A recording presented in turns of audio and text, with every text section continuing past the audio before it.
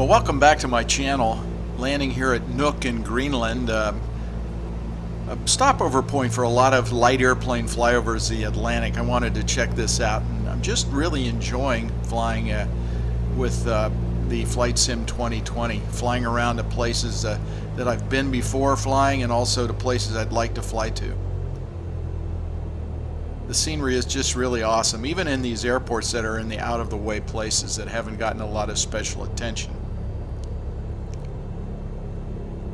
Since my video, I've received a lot of questions and comments, and the main topics have been for people who are just starting simming: is this the way to go? Do I need to definitely use FS 2020? And also people who are using Prepared and X-Plane, asking if it's time to get rid of X-Plane or Prepared and go all in on Flight Sim 2020. So in this video, I'm going to take a look at that question and tell you if I think that this really is the holy grail of flight simming. And we'll also take a look at some comparisons of the scenery between X-Plane and the new Flight Sim 2020.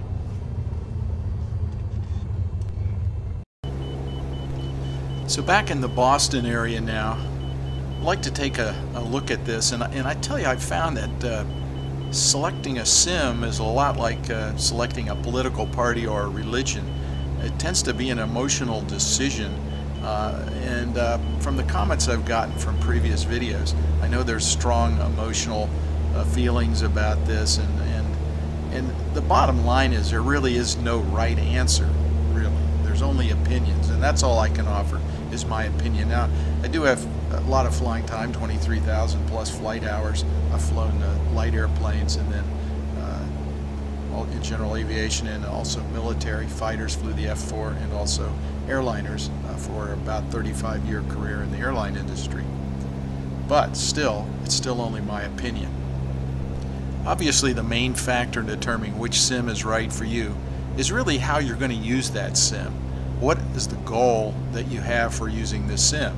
Now, I come from a very one-sided orientation. As a former pilot, simulators were a thing to be used for training, and although I thought they were kind of fun and cool, they were also a little traumatic for me, because each time I went for my simulator check, I wasn't there just to have fun. I was there being evaluated with my job hanging in the balance, and I never knew when an FAA inspector might show up and really put the pressure on me, realizing that he could just take my certificate away if I didn't perform. So I tend to take sims a little more seriously probably than I should. That being said, simming comes down to basically two camps in my opinion. Those who are in it for entertainment, and those who are in it for flight training. Now, while there's a lot of commonality in what these two groups want, there's also some differences in what make for the perfect sim for each of these. To further describe these two groups, the entertainment group would include not only hardcore gamers who are looking for something to win at, somebody to beat, something to shoot. It also includes those who are just curious about flight simming, who might buy the simulator just to experience it and look at the scenery, or to find out how airplanes work. And finally, there are some that would be looking into the simulators because they have an interest in aviation as a career possibility, and that they want to explore that and use the simulator for that purpose. On the other hand, in flight training, we include not only licensed pilots practicing for proficiency, but also pilot wannabes, either student pilots or people who think they want to be a pilot, but they're a little afraid to make that first step, and they want to experience what it's like on the simulator first before they actually go for that first flight lesson.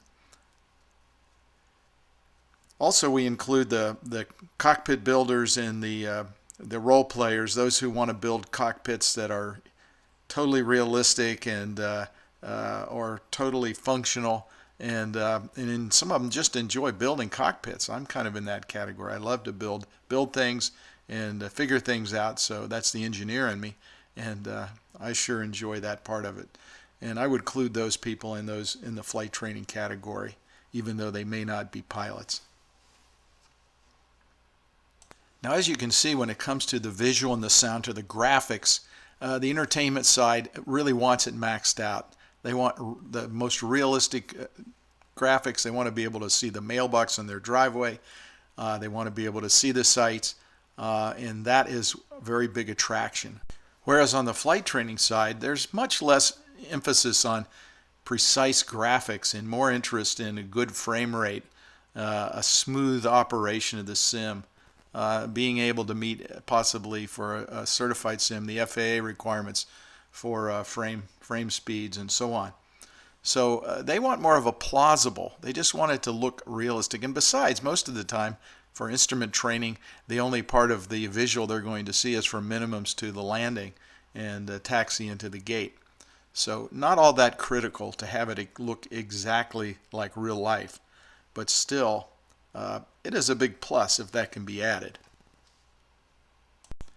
And in the case of Flight Sim 2020, the graphics are so accurate and so realistic that there are some training benefits for VFR training, learning local area landmarks, pre-flying airports. As an airline pilot, if I was flying into an airport that I'd never been to before, nowadays I'd certainly take advantage of Flight Sim 2020 and take a look at the local area before I went there to have better familiarization with the terrain and the airport configuration and any notable surrounding landmarks. Now, when it comes to the flight model, that's pretty important for flight training. On the flight training side, you want a very accurate flight model. You want the aircraft to react the way it does when control inputs are made, so that you don't have negative learning. You want to make sure that what you experience in the simulator can be transferred to real life flying. We see this negative transfer every time a automobile driver tries his first flight lesson and tries to steer the airplane with the yoke. On the entertainment side, the flight model is not nearly as important. It just needs to be plausible, basically correct, but the nuances can be missing, and it's no big deal. In some cases, it may even be advantageous to dumb down the flight model a little to make it easier for beginners to have fun with the simulator and not to have to struggle too hard to keep control. Now, the next category we look at is the systems, or the systems complex. In the flight training, we want these to be accurate as possible. You can't practice emergency procedures and learn normal procedures and run checklists if switches don't work correctly. Also, just for the matter of learning the nuances of the systems, they need to operate just like in the airplane. This is what we call study level sims. And the gaming side, actually in some cases, complexity is negative. It can make the game almost unplayable. Nobody wants to sit and read a manual for hours if they're just in it for fun. They may just enjoy being able to jump in and operate the sim right away and have a great time flying it. And finally, when it comes to the interface, well, for the entertainment folks, it really doesn't matter that much. A mouse and a keyboard is okay. In fact, some gamers would prefer that because that's what they're familiar with. But also minimal joysticks, Xbox controllers, things like that are just fine for people who are in it for just the fun. And as they move to a higher level, they may consider some more interface items, human interface items like rudder pedals and so on. On the contrary, flight training, the interface needs to be there. FAA for certified simulators will not allow the use of a mouse or a keyboard to manipulate any of the controls. Now, obviously, for home use, that's not a requirement, but there's a reason the FAA feels that way. And they know that for good training and positive training with no negative transfer, that using real hands-on switches and controls that you can grab and use just like in the aircraft are critical. Many pilot trainees also utilize other external hardware and software to simulate more complex instruments and flight displays. and this is also very popular with home cockpit builders.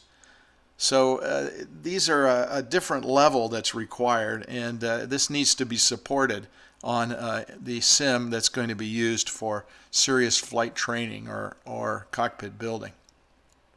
So where does that leave us? Well, the ideal sim would probably be green in every one of these categories. There's no doubt that Flight Sim 2020 has the graphics won easily, and from what I can see has a very good frame rate. Now when it comes to the flight model, that's a toss-up. The flight model at the Flight Sim 2020 side is decent. But doesn't feel quite as granular and precise as the X-plane flight model, but that could change also over time. We have to remember this is iteration 1.0 of the new Flight Sim 2020, and it will evolve over time. Now when it comes to complex systems, at this point X-plane and Prepared definitely have the advantage. For example, currently several of the features on the G530 and the G1000 just don't work exactly right on the new Flight Sim 2020, but they do work quite well on the default X-plane and P3D models. Also, there's more add-ons available, but this will be changing over time. So this is an area where FS 2020 can catch up pretty quickly. I do think the developers were smart to address the graphics first and produce such a stunning graphical presentation that can capture almost all of the users, no matter whether they are entertainment or flight simmers. It's just such a sea change in quality. Finally, when it comes to the interface, I think the classic sims Prepared and X-plane have a slight advantage again. There's lots of add-on panels and other plugins that will work. However, I think that will be changing quickly soon. So I would say that the real genius of the developers at Microsoft Flight Simulator is that they've created ways to use multiple input devices. And in fact, I would argue that the genius of the drone is really something that makes this attractive to almost anybody, even people on the street. The idea that they can take this drone and fly around and look at the world is pretty exciting. And I have to admit that if I want to just look at the terrain, that's my favorite way to do it, because I can hover, stop, elevate myself, move around, get the perfect angle to view what I want to view. So what's the bottom line? Well, if you're in this for entertainment, you can't beat Flight Sim 2020. It's a great place to get involved initially. It has a lot of features that have a game feel to them, challenges, activities, training, and so on. So it's a great sim, and it's very full of great entertainment, and I plan to continue to use it. But for serious flight training, I think the classic sims, P3D or X-plane, is what you should stick with for the time being. Allow Flight Sim 2020 to be your fun sim, and to allow that to develop a little further before you jump all the way in with both feet for trying to set up a certified or even just a home sim for proficiency practice. Now when VR comes along, I think it's going to be hard to turn your back on Flight Sim 2020 with that beautiful scenery. And that's even if you don't train in it. It's going to be such an awesome thing to experience. So I have a little bonus footage available here at the end. I had shot earlier comparing X-plane and Flight Sim 2020. I'm just going to run that and make a few comments along the way. Now, if you've already had an experience comparing these, you can just go ahead and finish up. I'd ask you to like, share, and subscribe. Hit the notification bell if you'd like to be notified of my next video. But these are comparison will give you, for those who haven't looked and wants to see side-by-side comparisons, I've kind of put a sequence of videos here on an approach to runway 33 left at, or actually 33 right, I guess, at Boston Logan Airport.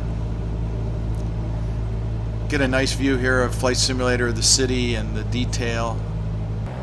The water is a little more brilliant here in X-Plane. You can see the city from a distance doesn't look that bad. It's when you get up close that you can see the difference a little more readily.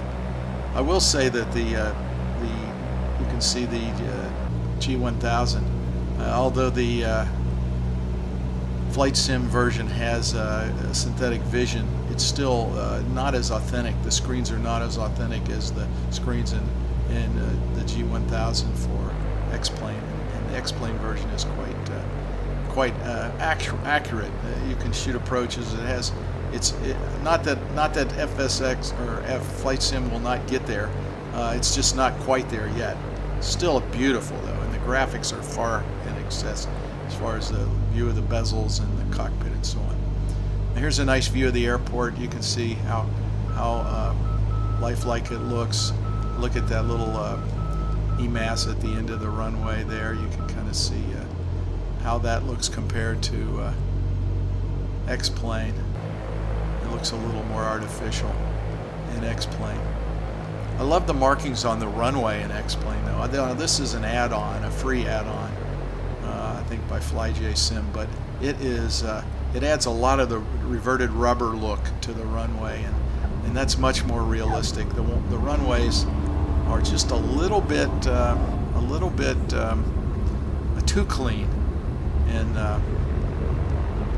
Flight Sim 2020. You can see there's just not as much rubber. It looks like a brand new runway that's just been opened.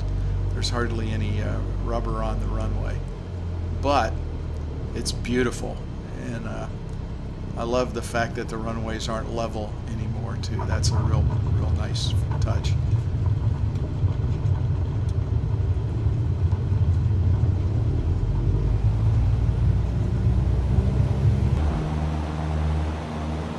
X-Plane still exhibits some of its lateral control difficulties on the runway. The flight model of X-Plane is excellent, but for some reason it's always had difficulties with rudder.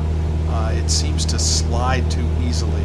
I mean, I've never skidded an airplane on a runway, especially a light airplane, in all the years I've been flying, but I do it all the time in X-Plane, and that's been a frustration. It's gotten better at times, but it's still doing it to some degree.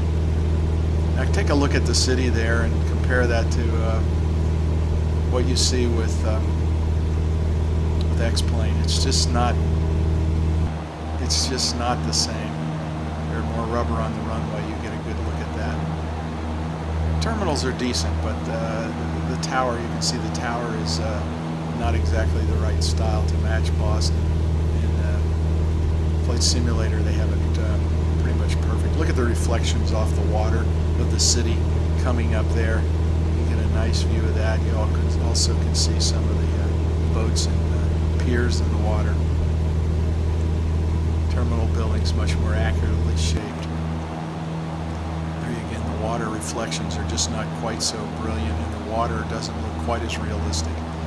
And as we get a closer look here, obviously the buildings in the city are just kind of random buildings. They have nothing to do with what is really there. In this case, you can see the buildings are exactly in the correct spots.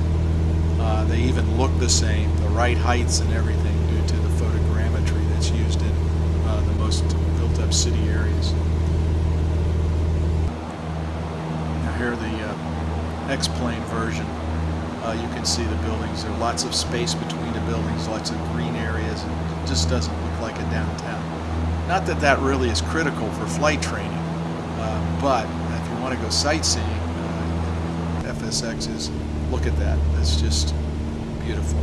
Look at the size of that tree on that one building. Wow, there's some big trees. I think they need to dial the trees back just a little bit. I've noticed at certain places, at least where I live, there's roads that aren't covered with trees, and when you look at it from Flight Simulator, you can't even see the pavement. It's hidden by the trees. So there's another big tree coming up on the left there, taller than that building, which has to be like a 6-story building or so. So let's buzz Harvard here. I think I see the football stadium.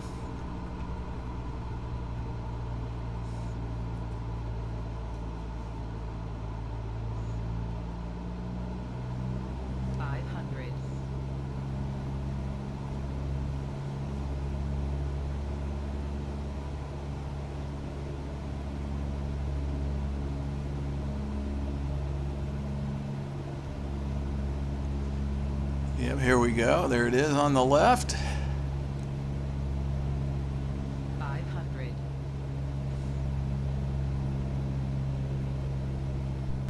If you've hung around till now, thanks a lot for watching the video, and we'll hope to see you again on my next video. Have a great day.